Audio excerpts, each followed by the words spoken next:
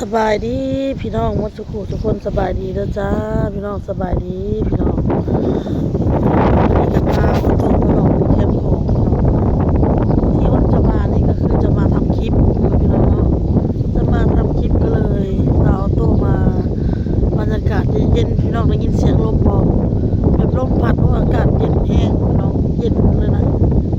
แบบคือพอเปิดตะลันคืออยู่ในทะเลเลยพี่น้องแบบมันจะมีลมมาตลอดพัดมาตลอดเย็นตลอดแบบลมตลอดเวลา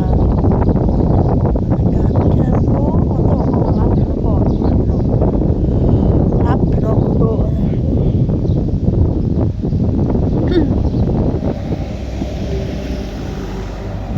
เอาพี่น้องอ้นจะมีเรื่องจะมาเล่าอีกแล้วเนาะพี่น้องเนาะมีเรื่องจะมาพูดอีกแล้วเรื่องของพ่อแก่เด้อพี่น้องเด้อเอ้ยจะสิว่าจังไดเนาะเพิ่นน่ะจะให้อ้นน่ะกลับคืนไปเฮ็ดงานนำเนาะเพิ่นให้อ้นแต่ว่าบ่แม่นเพิ่นโทรหาอ้นโดยตรงโทรหาพี่บีเป็นคนโทรมาพี่น้องลาวเป็นคนโทรมาหาอ้นเอื้อยที่อ้นไปขายของซอยลาวบ่แม่นพี่บ่แม่นบัวเด้อพี่น้องเด้อตั้งแต่อ้นไปฮอดปึ๊บเนาะพี่น้องอ้นได้ร่วมงานคือเฒ่าแก่พี่น้องเฒ่าแก่เป็นคนฝึกงานให้อ้นพี่เฒ่าแก่กับพี่บัวพี่บัวเป็นคนฝึกให้แล้วก็มันมีอีกสาขาหนึ่ง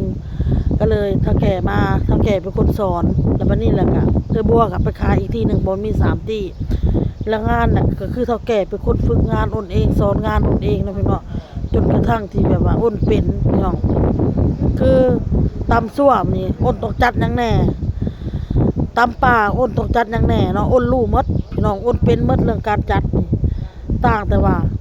การเฮ็ดน่ะคือเพิ่นจะให้อ้นน่ะจัดไวๆเฮ็ดบ่ๆเฮ็ดไวนะเฮ็ดให้มันว่องมันไวเนาะพี่น้องเนาะแค่นั้นแต่เรื่องการจัดข้าวจัดของนี่การที่แบบว่าเพิ่นว่าเจ้าหันยังเหม่อลอยแต่เฮาน่ะก็เป็นคนแนวนี้ปกติของเฮาแนวนี้เนาะพี่น้องคือ FC เห็นอ้นนี่แหละพี่น้องแต่ถามว่าเหม่อลอยน่ะเหม่อลอยอีหยังอ้นก็บ่ฮู้แต่ว่าเฮาก็ว่าไปตามเพิ่นเนาะพี่น้องเนาะปกติเพิ่นว่าอ้นน่ะมีข้อเสียคนที่เขามาพูดให้ฟังก็คือลูกน้องเหมือนกันนี่แหละเอื้อยแล้วก็เป็นลูกน้องคือกันแต่เฒ่าแก่น่ะเพิ่นอาจจะไปเว้ากับเอื้อยเพิ่นเนาะแล้วเอื้อยเพิ่นน่ะมาเว้าให้อ้นฟังว่าเฒ่าแก่มาพูดกับพี่ว่าเธอมีข้อเสียตั้ง 4-5 ข้อนะประมาณนี้เธอรู้ไหมว่าข้อเสียของเธอน่ะคืออะไรอ้นก็เห็นเฒ่าแก่เพิ่นจมน้ำอ้นอยู่เนาะก่อนสิ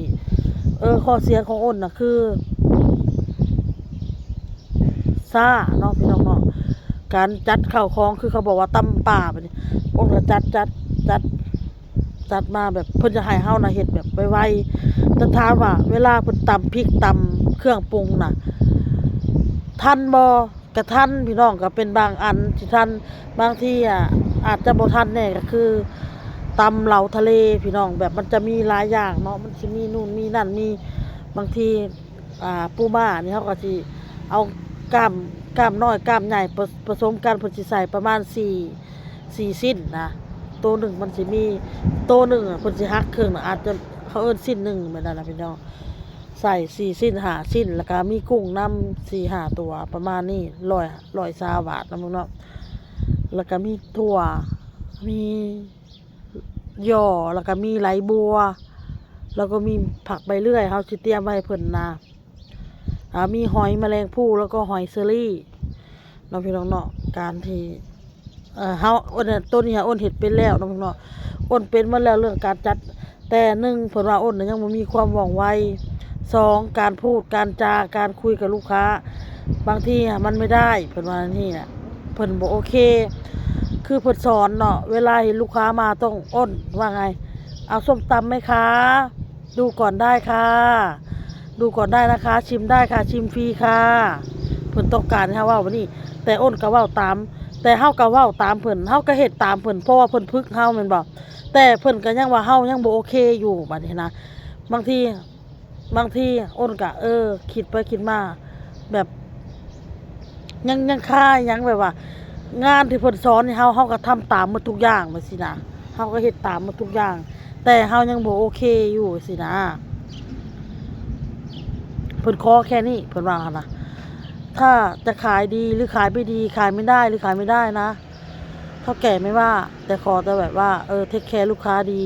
ประมาณนี้แต่อ้นก็เฮ็ดหมดสุดความสามารถแล้วน้องพี่น้องเนาะแล้วมีอันพี่บีแหละโทรมาเพิ่นว่าอ้นพี่คุยกับเฒ่าแก่แล้วว่าคุยกับเฒ่าแก่แล้วเฒ่าแก่ก็คุยกับพี่แล้วพูดเรื่องเธอว่าพูดว่ายังไงไอ้อ้นน่ะมันเป็นใช่มันถึงว่ามันจะทำงานที่แบบว่าไม่คล่องแคล่วแบบทำงานแบบบ่ว่องบ่ไวก็ถือว่านางเป็นคนนิสัยดีนะเวลานางเลิกงานมาเหนื่อยๆนางยังส่งแชทหาหนูเลยพี่บีสอนส่วนเฒ่าแก่พังนะว่าพี่บีพรุ่งนี้เช้าพี่บีต้องการอะไรพี่บีไม่ต้องมาเอานะไม่ต้องเดินมาบอกอ้นเดี๋ยวอ้นจะเดินเอาไปส่งเดี๋ยวอ้นจะเดินเอาไปให้ประมาณนี้เพราะว่าตั้งแต่บีทำงานมานี่บีไม่เคยแบบอย่างเอื้อยเพิ่นน่ะบ่เคยมีไผมาเทคแคร์เราแบบนี้นะบ่เคยมีไผแบบว่าพี่ต้องการอะไรไหมต้องการนู่นนี่นั่นไหมแบบนี้นะบ่มีไผมาถามเพิ่นแต่อ้นไปน่ะอ้นเทคแคร์เราอ้นถามเราแบบนี้นะว่าพี่ต้องการอะไรไหมบอกอ้นได้นะแบบอ่าใช้ได้แบบนี้นะใช้อ้นได้แบบประมาณนี้แบบคนอื่นน่ะเขาจะบอกว่าแบบอ้นแบบนี้นะตามพี่บีว่าดูนางน่ะชื่อนะเท่าแก่นางชื่อใช่เจ๊ก็บอกว่า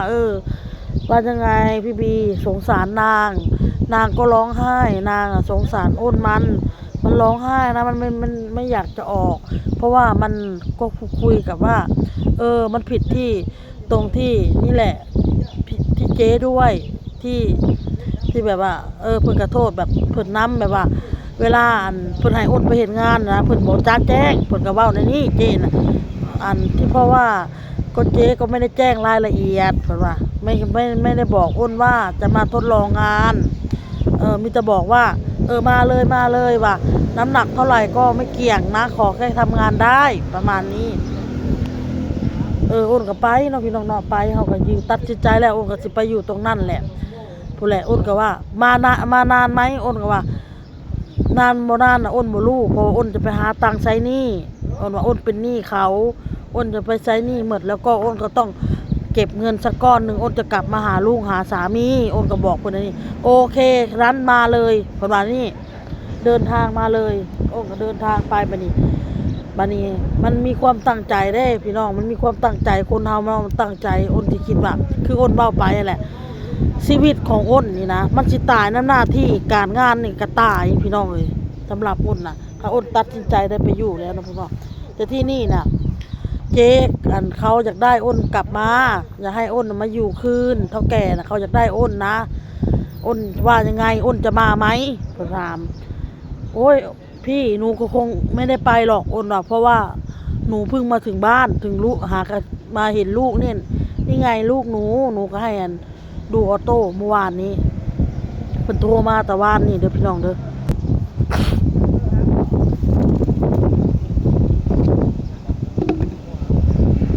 โทรมาวานนี่อ้าวเท่าแก่อยากได้อ้นน่ะมาช่วยพี่ขายของเพราะว่าที่บ่อนพี่บีอยู่จะปิดดึกยังไงแบบว่าตื่นเช้ามา8 โมงเช้าใช่ไหมตื่นมาต้องเตรียมของหั่นถั่วหั่นผักล้างนู่นล้างนี่เสร็จแล้วก็แต่งตัวเหมือน FC เห็นอ้นในคลิปแหละยังนุ่งชุดนอนอยู่พอทำเสร็จแล้วเราก็ไปอาบน้ำแต่งตัวมาเรานั่งแค่แป๊บเดียวแล้วก็เจ๊ก็มารับไปส่งที่แต่ละร้านแต่ละคนไปขายของแต่ที่อื่นเขาจะปิดประมาณ8 โมงครึ่งเพราะว่าเผื่อเราเก็บร้านเก็บอะไรเสร็จก็9 โมงกว่ามา9 โมงเขาเรียกอะไร3 ทุ่มกว่ามาถึงที่พักแต่ว่าพี่บีนี่น่ะตื่นมาแต่เช้านะต้องปิด5 ทุ่มทีนี้น่ะพี่บีปิด5 ทุ่มเพราะว่าพี่บีน่ะเขาขายได้หลายพัน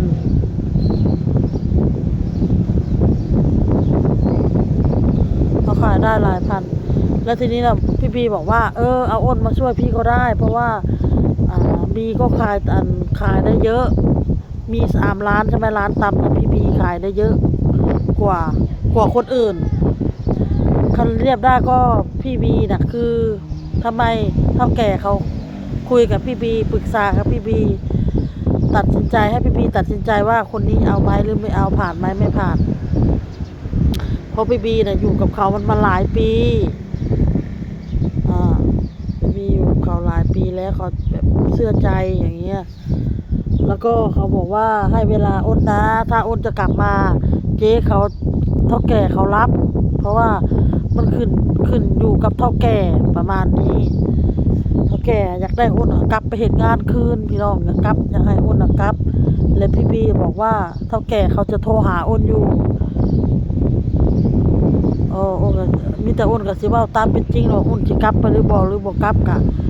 ถ้าเฒ่าแก่โทรมาก่อนเนาะพี่น้องเนาะแล้วก็พี่บีบอกว่าถ้าตัดสินใจได้นะถ้าตอนนี้ยังตัดสินใจไม่ได้สิ้นเดือนนี้ก็ได้สิ้นเดือนหรือว่าใกล้จะถึงสงกรานต์ก็ได้นะอ้นแบบนี้มาอยู่กับพี่มาขายของกับพี่มาช่วยพี่นะว่านี่แหละเฒ่าแก่เขาจะเอาเธอกลับมาเขายังจะโทรหาเธอนะโทรตามเธอโทรหาเธอประมาณนี้เดี๋ยวอ้นก็รอให้เฒ่าแก่โทรมาก่อนนะผมเนาะเพราะว่าอ้นนึงก็อยากได้ยินจากปากเฒ่าแก่แล้วอ้นจะขอเวลาตัดสินใจว่าอ้นจะไปหรือไม่ไปใช่ไหมพี่น้องนั่นแหละโทรมาแล้วให้พี่บีโทรมาก่อนพี่บีก็ตัดสินใจเลยอ้นจะมาไหมเพราะว่าเขามีความตั้งใจพี่น้องที่อ้นมันไห่มันแบบมันไห่แบบอีหยังวะแต่เขามีความตั้งใจเนาะความตั้งใจสิไปแล้วการที่เฮาที่ปะลูกปะเต้าเฮาไปมันบ่ได้ง่ายๆอ้นต้องโอนเงินมาให้พ่อจ้างขับรถลงมาอยู่น้ำลูกแม่นบ่พี่น้องอยู่น้ำลูกผู้นี้แล้วมานี่ลูกผู้นี้มาอยู่น้ำป้าน้ำย่าแบบมันทำใจได้ยากคนหนึ่งที่ได้ก้าวขาออกจากบ้านไปหาเงินแม่นบ่มันยากลำบากพี่น้องอ้นนี่เนี่ย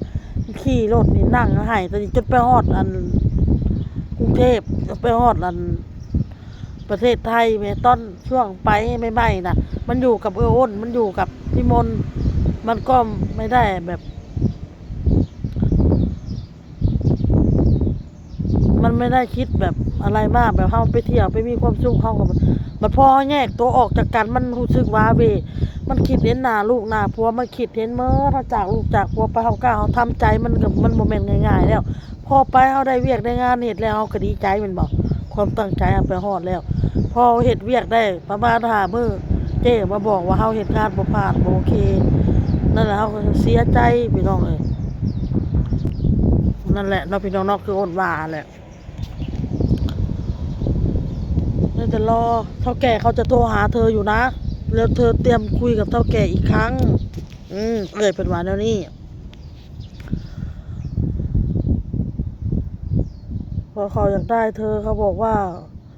เดี๋ยวถ้าว่าอ้นน่ะหัดไปตั้งแต่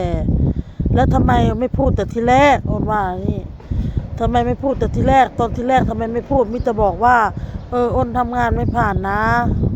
อ้นไม่โอเคถ้าอ้นทำงานไม่ผ่านแล้ว